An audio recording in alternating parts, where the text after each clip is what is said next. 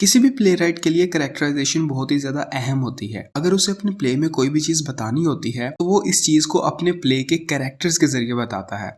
यानी उसके पास एक नॉवलिस्ट की तरह ये एज नहीं होता कि वो कोई भी चीज अपनी तरफ से एज अ नैरेटर नॉवल में बता सके। इस प्ले की कैरेक्टराइजेशन इसलिए भी अहम है क्योंकि इसमें स्टोरी या प्लॉट बिल्कुल भी नहीं है। तो अगर इसके कैरेक्टर्स भी इंपॉर्टेंट नहीं होंगे तो ये प्ले पूरी तरह से बेकार हो जाएगा। और अगर आज इस प्ले को याद रखा जाता है तो वो इस प्ले की थीम्स की वजह से है जो कि इसके कैरेक्टर्स के जरिए से शो किए गए हैं। इस ड्रामा में ना टोटल 6 कैरेक्टर्स हैं और इनके नाम ये हैं: Vladimir, Estragon, Pozzo, Lucky, Godot and the boy. तो सबसे पहले हम व्लादिमीर को डिस्कस करते हैं। हम जानते हैं कि इस प्ले में सैमुअल बेकेट ने 2 तरह के रिलेशनशिप्स दिखाए हैं, एक व्लादिमीर और एस्ट्रागन का रिलेशन और दूसरा पोजो और लकी का रिलेशन। यानी कि व्लादिमीर के कैरेक्टर को हम एस्ट्रागन के बगैर डिस्कस नहीं कर सकते और इसी तरह से एस्ट्रागन को भी डिस्कस करने के लिए हमें उसे व्लादिमीर के साथ कंपेयर करना होगा। अब व्लादिमीर ना हमारे पास प्ले के 2 मेन कैरेक्टर में से एक कैरेक्टर है। एस्ट्रागन इसको डीडी कहकर बुलाता है और वो मैसेंजर लड़का इसको मिस्टर एल्बर्ट कहकर बुलाता है। अगर हम इसको एस्ट्रागन के साथ कंपेयर करके देखें ना तो ये उससे ज्यादा मैच्योर और रिस्पॉन्सिबल कैरेक्टर होता है। पूरे प्ले में ये चीजों के बारे में लॉजिक के साथ सोचता है, तो आप कह सकते हैं कि इसका गोडोट के लिए इंतजार करना भी किसी लॉजिक की वजह से ही होगा।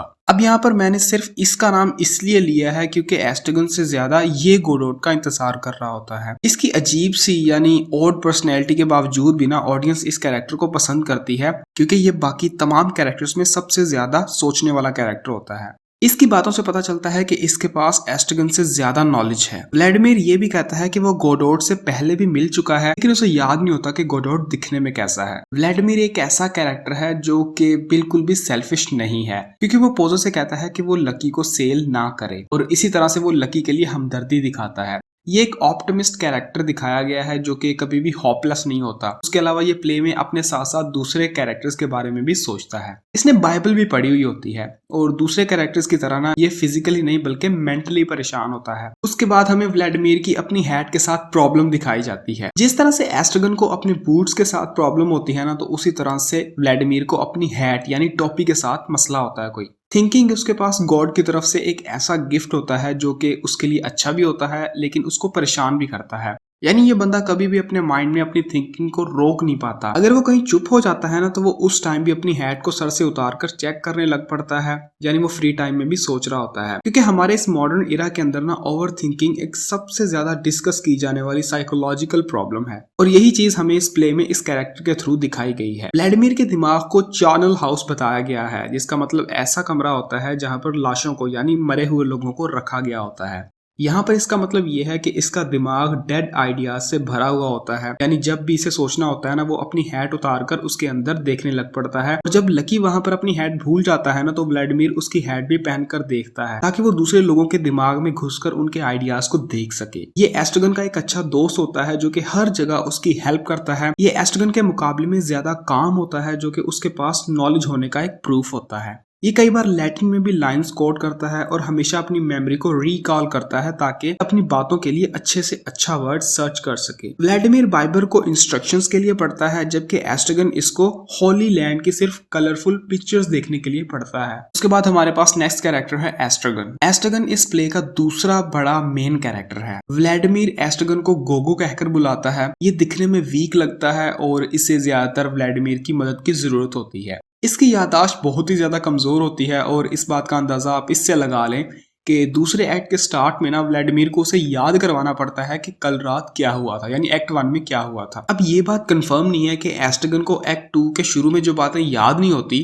वो उसकी वीक मेमोरी की वजह से था या उसके पीछे कोई और वजह थी। उसकी एक वजह ये भी बताई जाती है कि क्या पता एक्ट 1 और एक्ट 2 के दरमियान काफी टाइम का गैप हो। इस प्ले में सैमुअल बेकेट ने ना एस्ट्रागन को व्लादिमीर के साथ ही रखा है। जिस तरह से हम व्लादिमीर को एस्ट्रागन के बगैर डिस्कस नहीं कर सकते, बिल्कुल उसी तरह से हम एस्ट्रागन को भी व्लादिमीर के बगैर डिस्कस नहीं कर सकते। चलो व्लादिमीर की बातों में या फिर उसके कामों में हमें थोड़ा बहुत लॉजिक तो देखने को मिलता है लेकिन एस्ट्रागन के केस में ये चीज बिल्कुल भी नहीं है। उसकी बातें सुनकर ऑडियंस को ना सेंस फील होने की जगह पर हंसी आती है। ये पूरे प्ले में तकरीबन सबसे ज्यादा स्टूपिड कैरेक्टर होता है। एस्ट्रागन को ना तो सोचना आता होता है और ना ही कोई डिसीजन लेना आता होता है। अगर व्लादिमीर उसके साथ ना होता ना तो शायद अब तक वो जिंदा ना होता। उसके अलावा आप लोग देखेंगे कि एस्ट्रिगन में ना पेशेंस नाम की कोई भी चीज नहीं होती, क्योंकि ये बार बार व्लादिमीर से पूछता है कि वो यहाँ पर क्या कर रहे हैं और व्लादिमीर उसे बार बार याद करवाता है कि वो यहाँ पर गोडोट का इंतजार कर रहे हैं। एस्ट्रिगन व्लादिमीर से बार बार कहता है कि उन्हें यहाँ से चले जाना चाहिए, लेकिन उसे इस दुनिया में मौजूद कई लोगों की तरह पता नहीं होता कि उन्हें कहाँ पर जाना चाहिए। जैसा कि मैंने आपको बताया कि इसमें सब्र बिल्कुल भी नहीं होता और ये बार बार होपलेस हो जाता है। इसे दूसरों की जिंदगी की कोई भी परवाह नहीं होती, क्योंकि ये एक तरह से ना सेल्फिश दिखाया गया है। जब पोजो और लकी आते हैं ना, तो जहां पर व्लादिमीर की पूरी कोशिश होती है कि वो पोजो और लकी को एक अच्छी एडवाइस दे,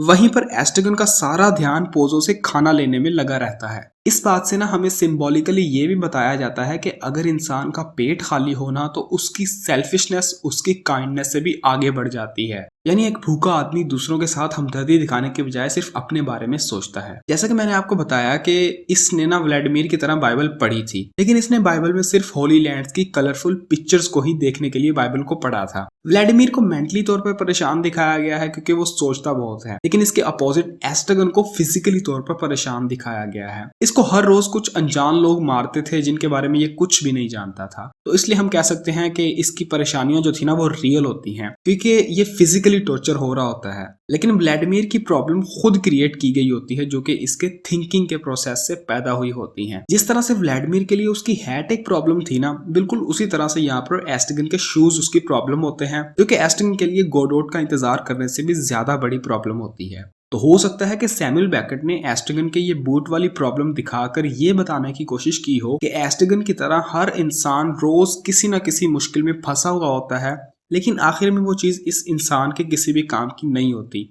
यानी उस प्रॉब्लम के होने या फिर ना होने से इंसान को कोई खास फर्क नहीं पड़ता। अब मैं आपको ना इन दोनों किरदारों का एक छोटा सा कंपैरिजन करके बताता हूँ, जिससे आपको इन दोनों कैरेक्टर्स को एक साथ समझने में आसानी होगी। लेकिन अगर आप इस कंपैरिजन को स्किप करके पोजो के कैरेक्टर्स पर जाना चाहते हैं तो आप चैप्टर्स में जाकर इसको स्किप कर सकते हैं, क्योंकि इस कंपैरिजन में बातें सारी वही होंगी जो कि मैंने अभी अभी आपको बताई हैं। लेकिन बस एक ही बात को हम दोनों कैरेक्टर्स के साथ कंपेयर करके देखेंगे। हम जानते हैं कि ये दोनों कैरेक्टर्स एक दूसरे के बिल्कुल ऑपोजिट हैं। अगर व्लादिमीर एक काम कैरेक्टर है तो दूसरी तरफ एस्ट्रिगन एक रेस्टलेस कैरेक्टर है। व्लादिमीर अगर मेंटली सिक है तो एस्ट्रिगन फिजिकली सिक होता है। अगर व्लादिमीर एक काइंड पर्सनैलिटी है तो वहीं पर एस्ट्रिगन एक सेल्फिश पर्सनैलिटी वाला कैरेक्टर है। अगर व्लादिमीर ऑप्टिमिस्ट है तो एस्ट्रिगन पेसिमिस्ट है। अगर व्लादिमीर एस्ट्रिगन का बेस्ट फ्रेंड होता है तो वहीं पर एस्ट्रिगन ऐसा बिल्कुल भी नहीं है, क्योंकि उसे सिर्फ व्लादिमीर की जरूरत होती है, इसलिए वो उसके साथ होता है। अगर एक अपनी जिंदगी में मीनिंग ढूंढ रहा होता है तो वहीं पर दूसरे को पता ही नहीं होता कि वो अपनी लाइफ के साथ क्या कर रहा है। इन सब डिफरेंसेस के बावजूद भी ना वो दोनों एक दूसरे के बहुत अच्छे दोस्त होते हैं।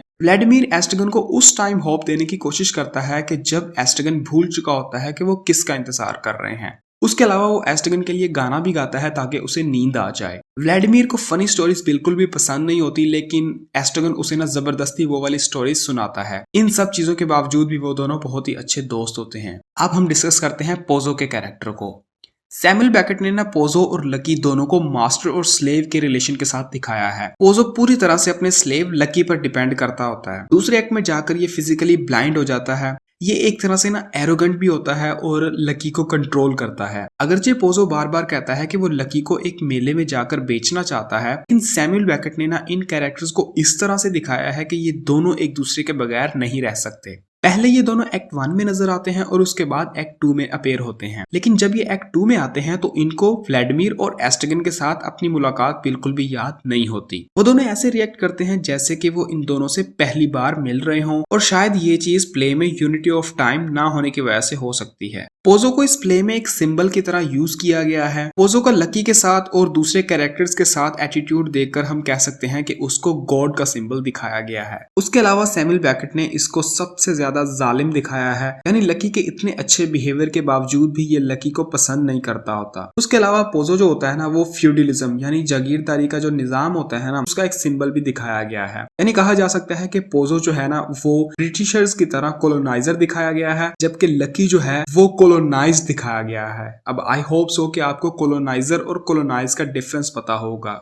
यानी कोलोनाइजर कहते हैं जो हुकूमत करते हैं, कोलोनाइज्ड यानी जिनके ऊपर हुकूमत की जाती है। इसके अलावा पोजो और लकी दोनों आम इंसानों की दो आम सी रेसेस को रिप्रेजेंट करते हैं। यानी जिस तरह से हर कंट्री में दो तरह के लोग होते हैं, एक इस्टेब्लिश्ड और दूसरे डिमोलिश्ड।